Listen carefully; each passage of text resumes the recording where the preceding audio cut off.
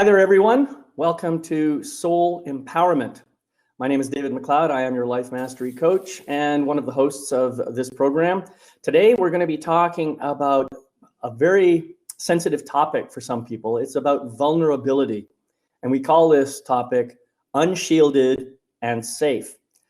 And I have two lovely guests with me, Christy Borst, who is involved with the Healing Resonance program, and Sarah, well, she's got Sarah K down there, but she actually goes by Sarah Jane. And she is the host and creator of a program called The Gift of Healing TV. What I'm going to ask you to do, both of you, Christy, I'll start with you. Why don't you just introduce yourself and tell us a little bit more about Healing Resonance and what that's all about? Thank you. So hi, everyone. My name's Christy Borst, and I live in Wells, Maine. And I have a healing ministry, which I call Healing Resonance with Christy Borst. I am a spiritual guide and also do energy healing and emotional healing through a process that I co-created with the higher realms, which I call Perspective Reboot. A lot of what we're talking about today is about misperceptions, which were seeded in our youth. And I call these kind of our original wounds. And I help people kind of, first of all, see their original wound, see how it keeps repeating or presenting in their lifetime, and really turning the challenge of that into an opportunity for expansion. And we'll just mention my website is healingresonance4.me, healingresonance4.me. And I do work in person as well as distance. And I've really enjoyed being part of this trio. We have kind of similar and yet diverse perspectives and ways, but all really grounded in love and light and service. So I'm happy to be here today. Oh, it's great to have you here, Christy. And Sarah, why don't you share a little bit about what you do? I know that Gift of Healing TV is just one tiny little piece of it. And I know you've got a lot of other great skills. So why don't you share a little bit about what you do so people get to know you better? Okay, thank you, David. And thank you for inviting me to be a part of this with both of you. It's been a huge pleasure. Yes, I started Gift of Healing TV. Ooh, it's coming up 7 years ago, 2014, next month. So it's 7 years next month. And yes, that's about interviews, all information about health, healing, wellness, meditations, exercises. So we have, and David's been a guest on the program quite a few times now. So we like exchanging. And that's brilliant. I love that side of things. But I'm also the creator, for want of a better word of it, of vocal Reiki. Those of you that are aware of Reiki are aware that it's an energy healing. And I discovered toning, the use of the voice, quite a few years ago from my own Reiki master, and developed that and found that not only does it work on a physical level, musculoskeletal, it also works on an emotional level, deep cellular memory level. And actually, to a certain degree, very similar to Christy, because I work with the inner child. So at the time of hurt, pain, and trauma, not necessarily about revisiting the hurt and pain, but helping people to connect with the inner child. And I feel I'm very much a channel. I channel the energy of the Reiki. I channel the energy of the sound that I bring through my voice. And just we'll top on that, I channel for many beings in the mythical realm as well, especially dragons. So I'm a big channel, but I know I've mixed it all up here. But it's very important to me that I do actually keep all of them relatively separate, because some people were comfortable with some aspects and uncomfortable with other aspects. And I get that, because I'm not a medium, a psychic or anything like that, but I do find myself channeling messages. But they are messages. I don't bring forth people's loved ones, etc. Not unless for some reason it comes out in the toning, which it's been known to. But yes. So I work on different things, but giftofhealingtv.com is, you can even find information about me on there, and you can find connections to my other websites. So, but it's vocalreiki.com. So if you're interested, please take a look. Everything is free to look at. If you want a session, that's different, but it's all free to look at. That's great. Thank you, Sarah. So I just wanted to invite all of you who are here on the live presentation. First of all, thank you for being here. We definitely appreciate that. The way you can participate today is by posting your questions or comments in the chat area. And although we may not respond immediately, we will certainly be watching the chat, and we will try to accommodate your questions when there's a space within our conversation. So please don't hesitate to do that. David, excuse me, I'd like you as host to also have an opportunity to express who you are and what you do to those who may have come in through either Sarah or me. Well, thank you for that, Christy. Yes. So my name is David McLeod. I call myself Your Life Mastery Coach, and I have a website with that very name, yourlifemasterycoach.com. I have a lot of things going on right now. I do a semi-monthly program called Life Mastery TV, where I interview people who are involved in the wellness field to bring their ideas to as large an audience as possible. It also gives me a chance to, just have conversations with great people and to learn some new stuff that I can bring into my own life.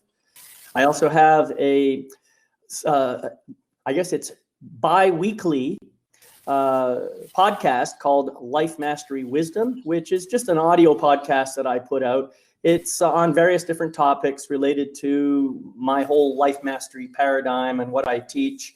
And each podcast is about 15 to 20 minutes. At this point, I haven't had any guests on that show, but it's not really a show. It's more of me just delivering a message in my own way. And of course, the other thing I do is this program called Soul Empowerment, and we do this once a month. It's generally the second Tuesday of every month, and so you can certainly follow us there. Outside of that, I'm also a one-on-one coach and also a group coach, and I'm working on building my practice. And if you're interested in finding out more, you can go to my website at yourlifemasterycoach.com, check it out. Read some posts, sign up for a free account, and watch some of the videos that I have on there. And maybe if you like what you see and you like what you hear, you can sign up for a free discovery session with me. I'd be more than happy to work with you. So, with all that said, I guess now it would be a good time to start diving into our topic, which is all about vulnerability. Unshielded and safe is what we're calling it. Now, the whole point of the word unshielded, that came about because we were having a pre-show discussion about this topic and what we wanted to bring to you. And what we realized is that a lot of people live their lives from a place of defense, ego defenses, and that sort of thing. And so what we're trying to find is a way to maybe reduce those defenses and get ourselves into a place where we no longer have to use those coping strategies so that we can show up fully and as the amazing, magnificent, divine beings we are meant to be, just by opening our hearts and being present. So, Christy, with that, how would you like to start us out? I think one of the things that kind of Spirit has shared with me as I thought about this show was to really kind of share one of my own, life lessons in lack of vulnerability or maskedness, and how sometimes we do put up these defenses and we think that they're protecting us. And this was a big part of what our conversation was last month. So if this topic resonates with you, please go back and look at that show. But growing up, my parents got divorced when I was quite young. I think I was 8. And my dad was like my main man, my first love kind of thing. And so it was very traumatic when he moved out of the house, and I would go and see him, and eventually him and my stepmom every weekend. And my dad was a drinker. He was what I would call a functional alcoholic. Um, he had his own business. He did architecture, very successful, but he drank a lot. And it always got me so upset when he would drink. And although other people around him and me would enjoy him, because he was a very kind person, he was happy, he was gentle. I would always get worked up when we were in these social situations and he was drinking. And fast forward, to I was like 36, I think, and I had a 2-year-old and a 6-month-old. And my dad and my stepmom would come and see me in Maine for my birthday every year. So they came up. He wasn't feeling well. He wasn't drinking. And I just totally relaxed. And I just had such a great visit with him. I was doing graphic design at the time. He came and like sat at the computer with me, and I showed him some of my work. And it just was this magical visit. And unfortunately, a week later, my dad transitioned. He had a massive heart attack. He always said he wanted to die at his drafting board in his house, and that's exactly what happened.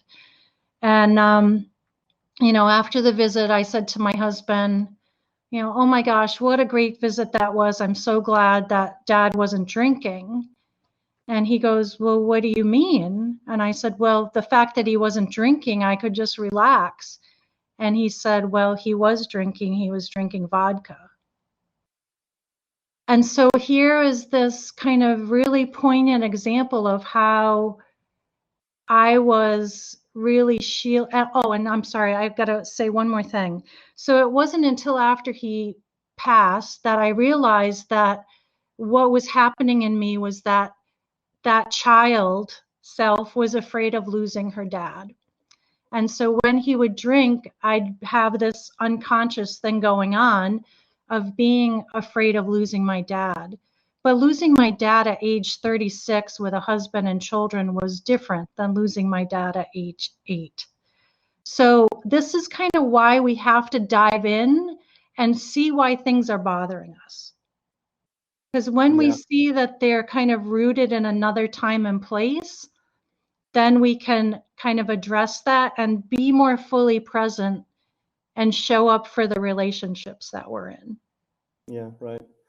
Yeah, it's interesting how certain events in our lives, especially when we're children, can trigger a kind of belief system that we may not even be aware that we have. And as you said, in your case, you were afraid that you were going to lose your father. Somehow I guess you came to that belief through the power of drink or something. I don't know the mechanism, how that happened, but you came to that belief somewhere along the way, but it was an unconscious belief. But it was probably a belief that you were carrying right through until you were in your 30s. And that's kind of common for all of us. Sarah, I know you had a similar experience when you were a child. Can you share a little bit about that and what beliefs you may have taken away from it? As a child, I was... Excuse me, Jumhor, would you mind going off camera, please? This is just an instructional class.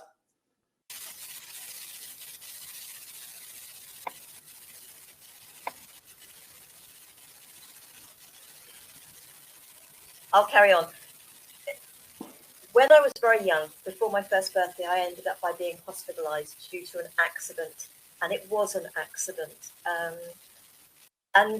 But the rules of the hospital at that point in time were that parents could only go and see the child, or anybody actually, for an hour every other day. What really happened for me was, because of circumstances, I got to see my parents for an hour once a week. Now, they are obviously very aware of the emotional damage that can do to children, which is why obviously it has all changed. But that left me feeling unwanted, unloved, and not good enough. I came home from that after sort of 3 months. My parents had moved, so it was unfamiliar surroundings. My mother was pregnant with my sister Gillian, and Gillian was born and died 9 weeks later. Oh my God. That was all by the time I was 18 months old. That was just another rejection.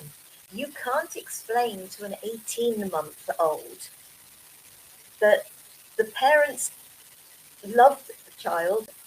There's no way they wanted to leave her in the hospital, and there's no way they could be with her. It was circumstances. The baby dying, it was what happened.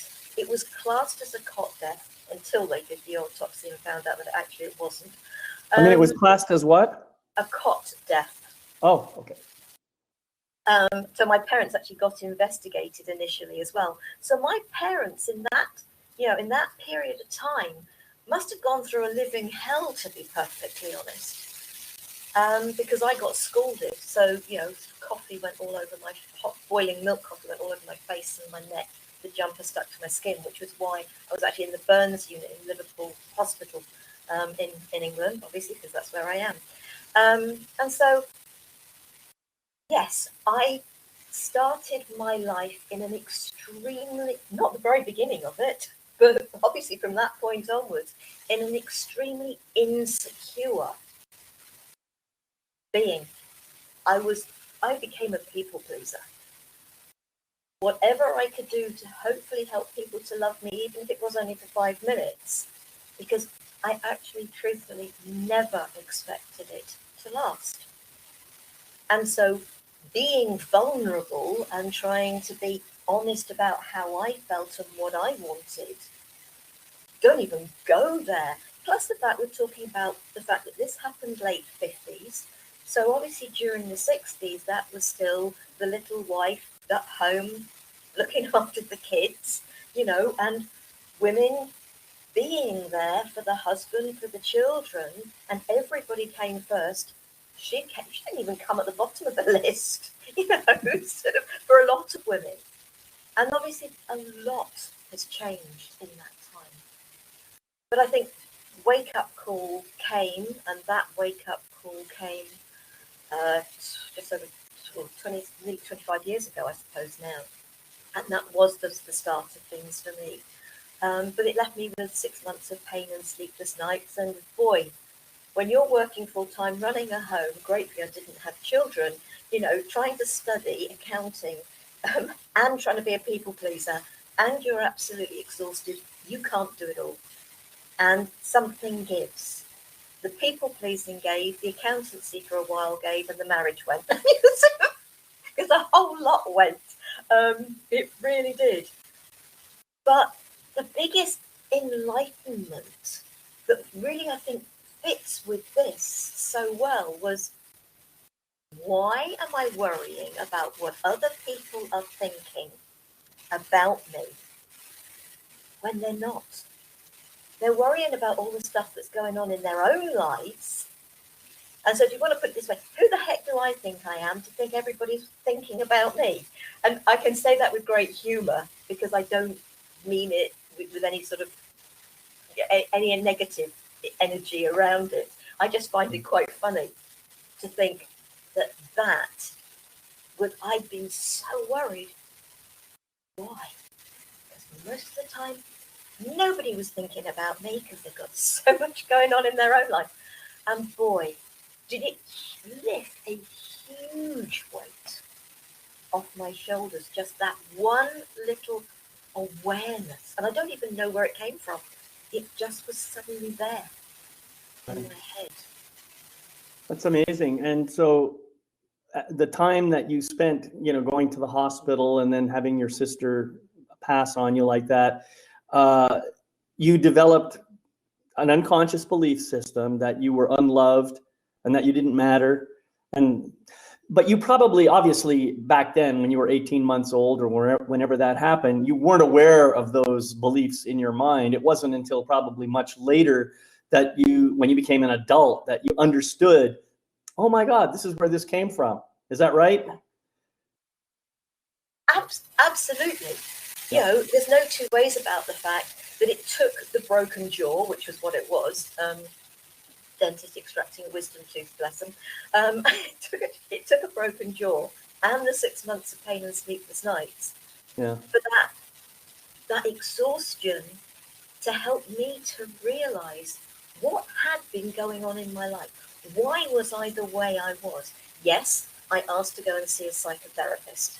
I did, because I really wished to understand why I behaved the way I had, why I'd become the way I had.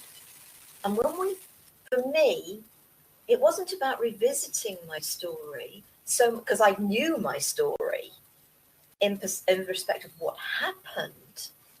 But what I didn't understand at that point in time, but became aware of, was, oh boy, I have been the way I've been because of the insecurities. Right. That generated within me. Yeah. That's very interesting, and certainly very much in alignment with my own experience and with a lot of the experiences that I've heard from or heard of from different clients that I've dealt with. It's not an uncommon thing. I think everybody on this panel, well, we've all experienced it, and I think all the people who are here on the show today watching live have experienced it too. It's just that I think the real question is, how much work have we done to uncover those stories and to elevate ourselves out of them? Because the truth is, a lot of people, even today, a lot of people believe they are their story. I saw somebody had posted a definition or maybe it was a statement like, you are the sum of all your experiences. And I thought, that's just another way of saying I am my story. But that's not true. I am not my story. No. None of us is our story. What we are is, these divine, magnificent, unlimited spiritual beings of light and love who happen to be engaged in essentially a very temporary physical experience. And we get to write little chapters as we go along. But the story is constantly being written and revised and modified and expanded. And it's a never-ending, beautiful thread in a giant tapestry of how many countless beings in the universe. So when we say, I am my story, and we stay stuck to that story, what we're really doing is we're severely limiting ourselves. We're holding ourselves inside this, well, a sphere, I guess, or a box, or whatever you want to call it. And we're saying, this is the boundary. I can't go beyond that because this is who I am in here. See? And part of unshielding has to do with understanding the story is just something that's happened. It's a narrative. It took place. These are just facts of my life. And understanding the beliefs that came about as a result of those, and then deciding whether we want to keep those beliefs or not. That's ultimately what it boils down to. I know for myself, when I was a young man, my parents were divorced when I was 9 years old. And there was a story that was perpetrated by my mother and my stepfather that my father was an alcoholic, and that was the reason they couldn't stay together. Well, I was 9 years old at the time, but I wasn't stupid. Now, I didn't really know what an alcoholic was, but I'd never really seen my father do anything outrageous with alcohol. I'd never seen him, come home falling down drunk or beat up my mom or either of myself or my brother. I never saw any of that. So I knew that there wasn't total truth in what my mom was saying. I knew that something else was going on, but I couldn't figure out what it was. And as a result of this, knowing that I was being lied to, but not being able to pinpoint the lie or find out what the actual truth was, this created in me a kind of a rebel nature.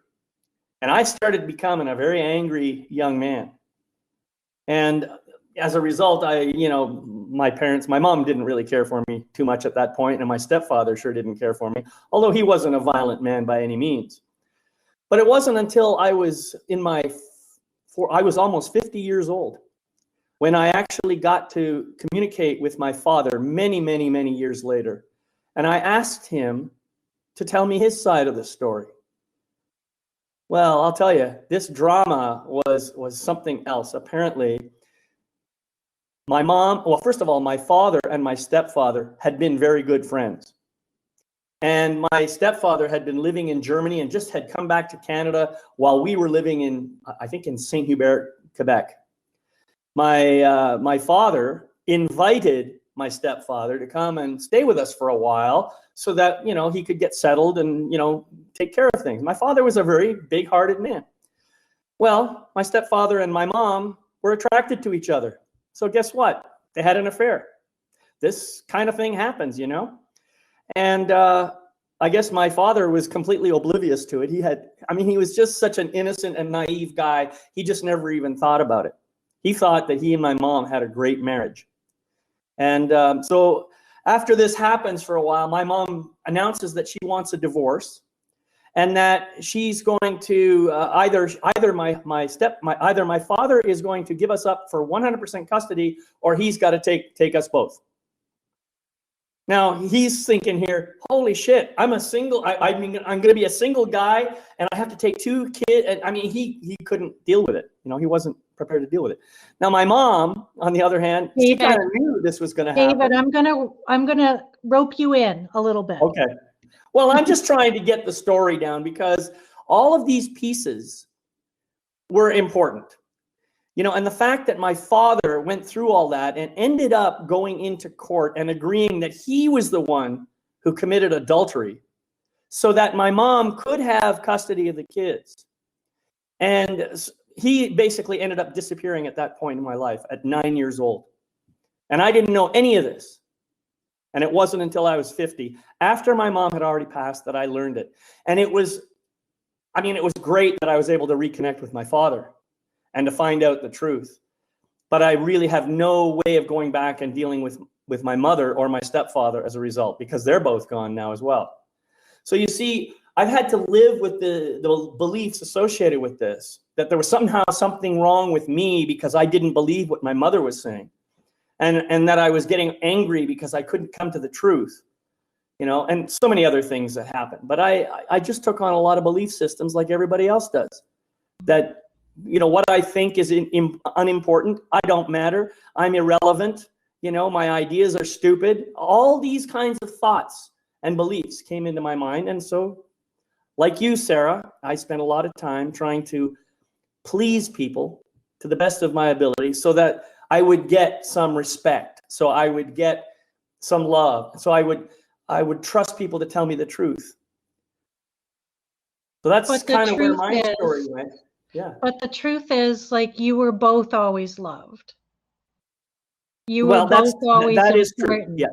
Yeah. So we have to start to look at these, these wounds, or these, we call them masks. We have to know we're wearing the mask before we can find the string that's tying it on and untie it and move forward. Because I'm sure both of you would agree that, and I know in my own situation, those stories or that mask or that protecting yourself kept you from getting to a deeper level with those who you were in close relationship with. Well, that is certainly true. I think that's true for all of us. That's part of the negative side effect of coping strategies. They may work at the outset, at the beginning, to keep us safe or give us some illusion of safety. And so we continue to do them, thinking that they're always going to keep us safe. But it's not until we get older, when we get into our adult years, that we start to recognize that, this strategy isn't working for me anymore. It's not keeping me safe. It doesn't stop me from believing that I'm not good enough. It doesn't stop me from thinking that people don't care. It doesn't stop me from having these experiences. So, what the hell is the point of hanging on to that strategy? But you see, it takes a certain amount of introspection to be able to understand that you've got that strategy in the first place. As you say, Yes. Christy, you've got to recognize it. And then once you recognize it, now you got to decide, is this working for me or not? And if it is, well, then maybe you can keep using it. But if not, you might want to look for something else. I think that sometimes we have to like almost look for these things. That's part of awakening. That's part of spiritual growth and expansion. Because we're in a duality, and we're kind of shifting out of duality. So good and bad, black and white. So whereas things that may have been good for us, they're now actually holding us back. Exactly right. So, Sarah, what's your perspective on this? I very much was in a place of, do you know what? Don't love, can't get hurt. I didn't catch that last bit. Don't love, can't get hurt. Got And it. that's a very, very sad place to be.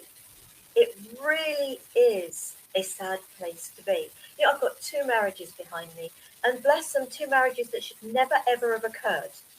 But I understand that now. But both of those happened before I was in that place of understanding. And so there is a point, something happens within our lives. Now, obviously, if it can be a lack of something major, if you can do it from listening to this conversation between the 3 of us and realizing, oh, actually, is there something I should look at in my life? Great, because I'll tell you what, broken jaw, 6 months, pain of sleepless nights is absolutely no fun.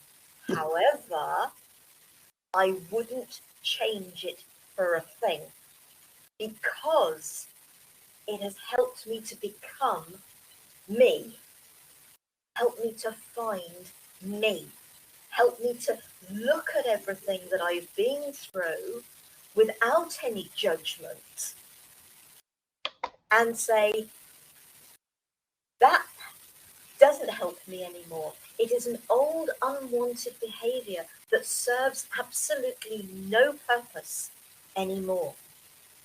How do you get to that point? There are many, many different techniques. For me, finding Reiki and metamorphic technique and the sound energy and various other things that, yes, the psychotherapy was a great starting ground. But actually the complementary therapies for me have been amazing. Craniosacral therapy, shiatsu, because I haven't learned all of those, but I've certainly experienced all of those. Right. And they have they've made a major difference without necessarily having to go deep diving, but sufficiently having the awareness, but being open to circumstances outside your control. And I do find that is very, very relevant for a lot of things that people feel have happened to them. Right. Well, isn't that the truth, though? That, what you were saying earlier on about how we try to show up in a certain way in order to protect ourselves. So, okay, we've got these masks and shields on to give an outside impression that we are this kind of person. We're well put together. We are respectable. We are humorous. We're fun. We try to create the illusion of all those things, even if they aren't really true to our nature. I mean, sure, some of those aspects will be true to our nature, and we'll try to bring them as naturally as possible. But the problem is we all tend to do a little bit of this. We always show up on our best behavior instead of showing up in our true behavior. Have you ever noticed that? Most people will avoid expressing upset or anger, except in the very, very most carefully chosen of contexts. Because they think, oh, I don't want to rock the boat. I don't want to make waves. I don't want to disturb the feng shui in this room, you know, by expressing my upset. And yet, more often than not, if people would just express the upset, then it would be gone and you wouldn't be carrying it around like a cloud, you know? And this is part of the weird societal construct that we have created for ourselves. And it's time for us all, I think, to start shedding those, putting those aside. There's always a way of expressing something that's uncomfortable without doing it to hurt somebody else. There's always a way to do it with compassion. And it just takes practice. So you get a little bit messy the first few times you try it. Okay, clean up the mess, make your amends, make apologies if necessary, and then learn from the experience and move forward. But keep doing it from a place of open-hearted authenticity. That's really what I'm asking people to do. I think for me, it's that I start doing this more and more and more. What's going on in the other individual's life? And should I really be getting upset about this? Don't get me wrong, technology freaks me out and upsets me regularly, but it's technology. People, I do try and think about, okay, what's happening? What's going on? Actually, have I got to take any of this on board at all? And I suppose it goes back to that. Why am I worrying about what other people think about me? Because they're not thinking about me. When a lot of people go off like that, actually, what's going on inside of them? What has been sparked? What, going back to triggers of last month, what has triggered them? And are we really going to allow it to trigger us to put up that shield again of protection that actually we don't require anymore? We can stay unshielded. We can stay in our vulnerability, because actually the vulnerability can prove to be an amazing strength and give other people that space and that permission to look at themselves, not in a negative way, but in a, actually, can I make myself a lot happier? Because I'll tell you what, finding me has, boy, my life is amazing in comparison to where it was. Yeah, absolutely. Well, I think what you've just said, my life is amazing in comparison to what it was. I think that's something that everybody will say once they do the personal introspection necessary to uncover all those limiting beliefs and to remove one at a time all the shields and barriers and masks that they're wearing to protect themselves. Because only then, once they get down there and they can remove them and they can see who they really are, that's when they begin to realize, geez, I'm a pretty amazing being. Why have I been hiding this for so long? It's time for the world to experience me fully. And if someone else gets triggered by it, okay, that's just the way it's going to be. And I will love them anyway. I'd like to kind of add to what both of you are saying in terms of Sarah saying, you know, not being, and I think both of you really said how we can sometimes not be authentic when we're wearing these masks. And the thing that I want our listeners to understand is that when you're in that space, it's limiting, yes, but you're also not attracting to yourself the kind of relationships that you want to be in because you're so throttled down. Exactly right. Mm-hmm. And I would just disagree with you both a little bit about not revisiting the wounds, because in my healing model and in my kind of I guess quantum approach to things, time is not linear. We only think time is linear because that's how these human brains work, but time isn't linear. Right. So there is advantage, there is the opportunity to go through and beyond space and time. For example, David, you mentioned you can't do anything with your mom and your stepmom. Sure, you can. You know, just be in that space of belief and intention that you're going to go to that space and time and help that But that's child not what I find his said. voice. I got roped in before I had a chance to finish. I'm just kidding. Touche. But I agree with you. And incidentally, the idea, my concern about revisiting wounds has nothing to do with whether it's good or bad for me. It's only that when I work with people, I don't want them to be re-traumatized by whatever happened back in the day, especially if it's something that's really egregious, like some kind of a sexual trauma or something like that really is going to get them all upset. But I do want to revisit these wounds from the perspective of someone who's just an observer looking from the outside and saying, okay, now what is going on with little Bobby here? Yes. And exactly. what's going on with the other person in the image? What's happening? And what does this person, the observer, want to bring to the situation to heal it? Exactly. That's how I approach it. So, I definitely don't want to re-traumatize anybody, but I do want people to feel that it's safe to go back and look at something, not necessarily reenact it, but look at it. Yes. And learn from it and heal the energy inside here that has resulted from that situation. So that's the way I approach it. Okay, perfect. Yes, because that's how we can see the illusion.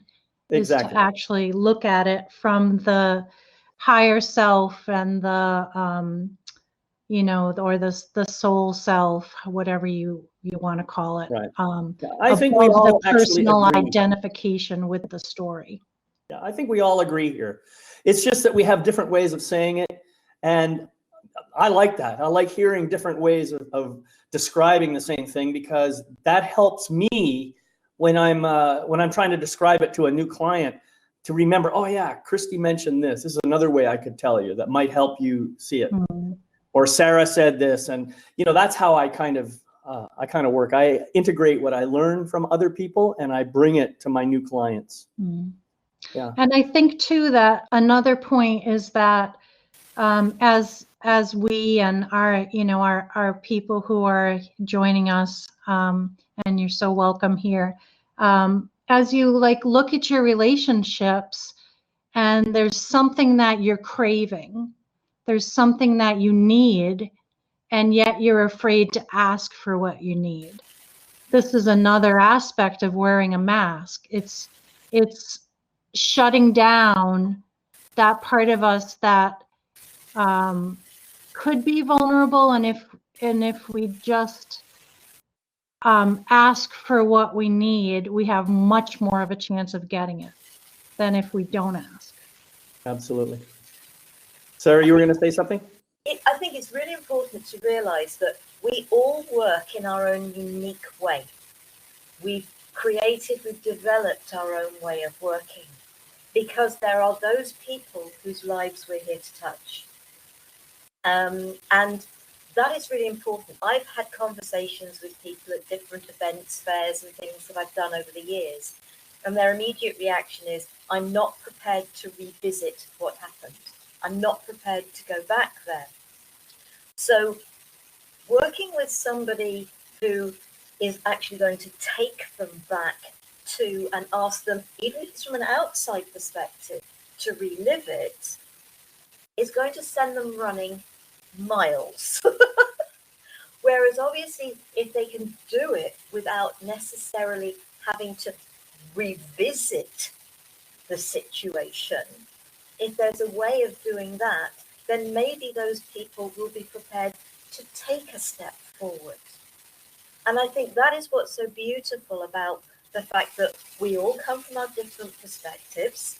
We all work slightly differently because we're here to touch lives in different ways. Well, I People agree. are looking to be able to sort their life out, for want of a better way of putting it, to be able to actually say, okay, fine, I can potentially be comfortable with that, but I really can't be comfortable with that. So it is important that we do all work in our own unique way, because what is right for some can feel totally wrong to others, and vice versa. So I love the fact that we are unique, and it's essential that we are. Well, I love what you're saying, Sarah, and I agree with you. At the same time, you mentioned that what might be comfortable for some person might be uncomfortable for someone else.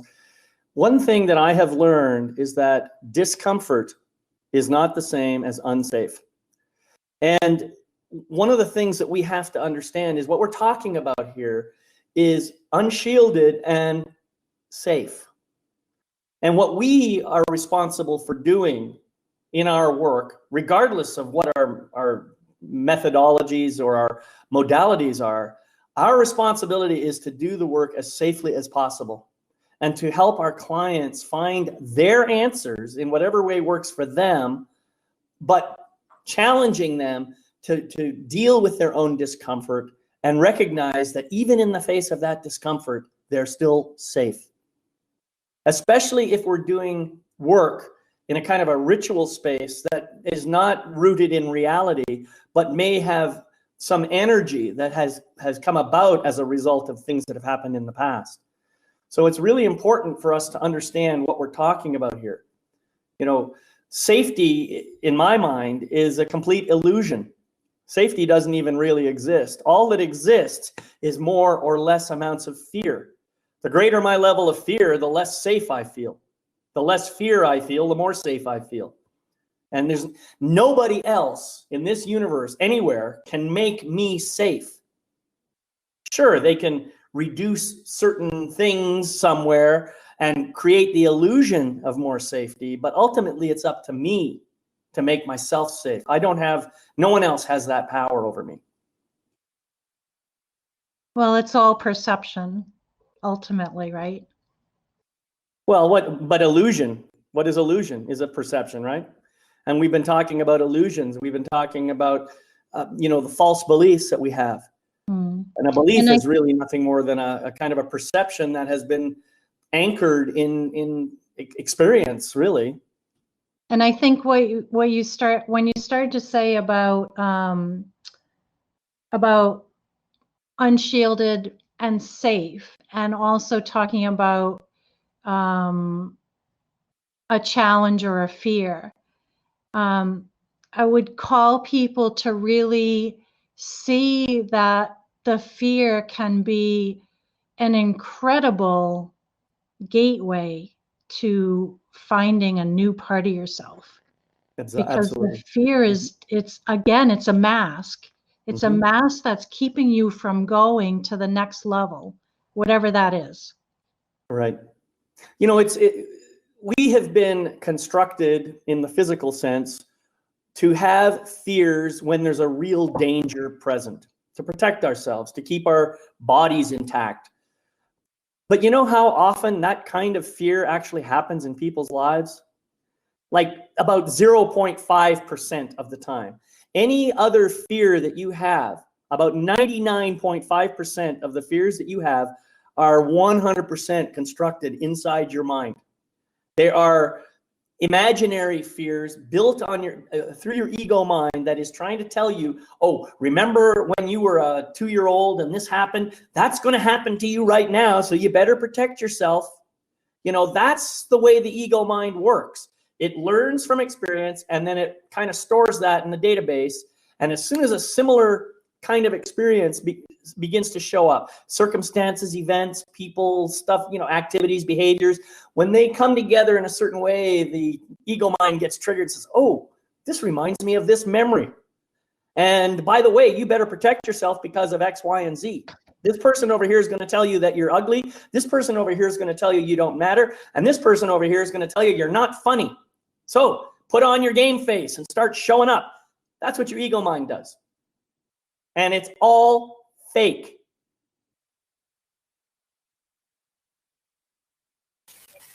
Yeah, of course it's all fake. Absolutely every bit of it. Now, obviously, we've got lots of lovely people watching us, and they're all being very quiet. So I know. If anybody has got a question or a comment, please feel free to put it in the message box, because we would love to hear from you, because we're all doing an awful lot of talking. And I love it. And we are coming from different perspectives. We do work differently because we've had different experiences, and you've had different experiences to us. And so it would be lovely to hear from you. Is there something that we may be able to feed back a comment on that might support you with what you're going through, you've been through? Thumbs up. Oh, well. See, look at that. She did a copy and paste there. You see that? So, I'm just going to read this. Donna says, oh, how life's experiences are the cauldron of growth. Oh, I love that. I'm going to use that as a title for another episode. Growth as a human involves balancing ego and spirit, exactly, and leading from spirit, identifying the wound, the trigger, and the fear, releasing the stuck energy and the coping technique that no longer serves, remaining conscious of the triggers and continual practicing of replacing reacting with responding, refilling our energy and rewriting our story, being conscious. I appreciate your sharing. If you feel so inclined, I'd love to hear how you have refilled and rewritten. That's great. Thank you, Donna. That's a beautiful comment. I really appreciate it. You summarized what we've been talking about on this program for a long time. And I love the way you were able to just bring that into a nice, succinct point. All right, so let's talk a little bit about refilling and rewriting. Do you want to start, Christy? Sure. So I think one of the things that happened in my life is that, I have these abilities to do emotional healing and spiritual healing. And I was told as a very young toddler to shut that down. And everybody has that thing that they shut down. It might not be exactly the same as mine. And so I see that, that toddler self and even the younger self knew exactly who I was, knew what I'm here to do, knew my strengths, blah, blah, blah. So, when I was in my 50s, 55 actually, I'm 63 now, and I had this remembering. And when I say remembering, I mean bringing back into my conscious awareness this part of me that was fractured, that had been lost, that was hiding, that had been put away. So rewriting my story is seeing like the higher perspective of why things got shut down. My tattoo is actually a reminder to me to be who I am and who I'm here to be. This Beautiful. Is me in another lifetime in which things were 180 degrees different. I came in with my gifts. I was embraced. I became the medicine man of the tribe. And so when we can kind of come to this more spiritual awareness of why things happen and know you don't just have one life to live, then we can rewrite and reframe some of the traumas that happened to us. So see your story as written in pencil, and you've got the eraser. So I'm going to stop with that. Right. Well, and the other thing I want to just say, you've got a story and you don't have to erase it. Okay. I want to be clear about that. It is what happened. This is everything up till now, but you are not that story. You are the creator of that story. You are the experiencer of all the entries in that story. And you get to now write a new chapter.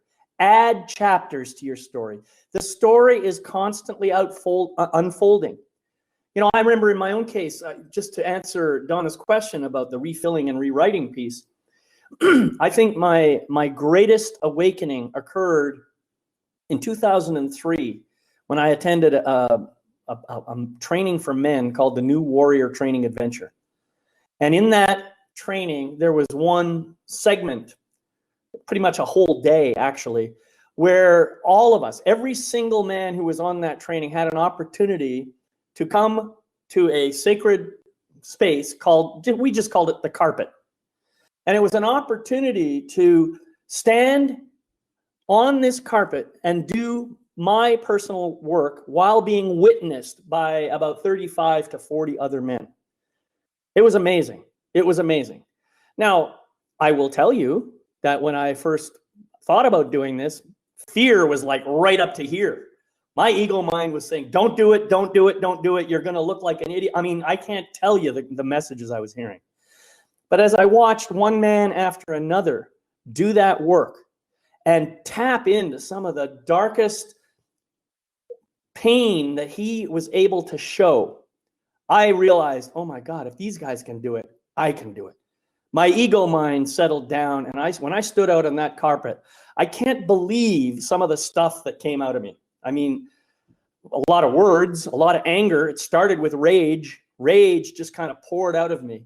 And underneath that rage was this deep, deep, painful sorrow with tears and snot and everything else coming out of my face. I mean, it was messy, believe me. But at the end of that process, you know, at first I felt really drained. It was like my body just wanted to be like a sponge, you know, and just squeezed out on the floor. But after that, man, I stood up and I couldn't believe how light I felt. It was amazing. And in that moment, I realized the truth of who I am. That I am none of those things that I thought I was. None of those things that allowed me to get angry and build up all that stuff inside me. What I am, is a divine, magnificent, unlimited spiritual being of light and love. That's what I am. The rest of it is just window dressing from this physical world. And that's what I try to teach people now, because I know it's true about everyone. The problem is, not everyone believes that truth about themselves. And the reason they don't believe it is because they haven't had the opportunity to go inside and find the truth. This is your opportunity. This is what we're inviting you to do. Get in there. Find out the real truth of who you are. Yeah, it might be scary at first, but you know what? In the end, it's going to be worth way more than you can possibly imagine. So that's my invitation to people. Wonderful. Excellent. Yeah, and I suppose that was what my wake-up call was all about. It was that I just can't do this for everybody else anymore. It wasn't a matter of rewriting my story, very much as you said, David. It was turning the page and starting a brand new chapter, saying, that's the cutoff point. Now it's the time for the growth, for the evolving. It came in its own time. It didn't come in 5 seconds. Yeah, it didn't even necessarily come in 5 years, but it came slowly over the time, and it's still happening. I believe it's still happening for all of us. Yes. Right. But we aren't rewriting it because, as I said before, I wouldn't change anything that has happened to me and the experiences I've had, because I wouldn't be right here, right now, doing the things that I do, the things that I love. And they are things that the previous me, the insecure me, the before me, would never, ever have had the courage to do. Yeah, I remember being at an event with a group of people, including my own Reiki master, who introduced me to the toning, and the energies in that hall were appalling. They were horrible. Yet it was a mind, body, spirit fair. And you would expect the energies to be good and high. They weren't. And this actually event was in Salisbury, so not far from the Stonehenge. And it was just like, okay. And I came back from my lunch and I said to Elaine, I said, we need to do some sound energy. She said, okay. I said, no, we need to do some sound energy. And a couple of the other people that were there, and we need to be really open with it. No being quiet with it. And it was just like, Sarah, are you serious? I said, yeah, that is what I'm getting, and I don't know why. And we stood in the middle of our stand. I think there were 4 of us. And we just opened our mouths and we toned. And by the time we had finished, the energies felt so different. That is what we can do for ourselves, not necessarily with toning, but by allowing ourselves to close that chapter and start writing. What is it they say? You are born with a book that is blank pages. It is up to each of us what we write on those pages. The page in the next minute is blank. Right. In the next day, in the week, next month, in the next year, it is blank. What do you choose to be writing on those pages? Is it about, all right, that's my story so far. I'd like to stop it there. How can I progress from here? What is my healing journey? That is my next chapter, my healing journey, if you haven't started it already. Beautiful. Yeah, go ahead, Christy. I just want to say that the reason I'm saying, rewrite your story or you have a pencil is that, as we've explained, part of our story was written on false perceptions that we weren't loved or that we had been abandoned or, that we weren't good enough. So that's the part I'm saying, is to erase the illusion from your story and see your story from a bigger perspective. Right.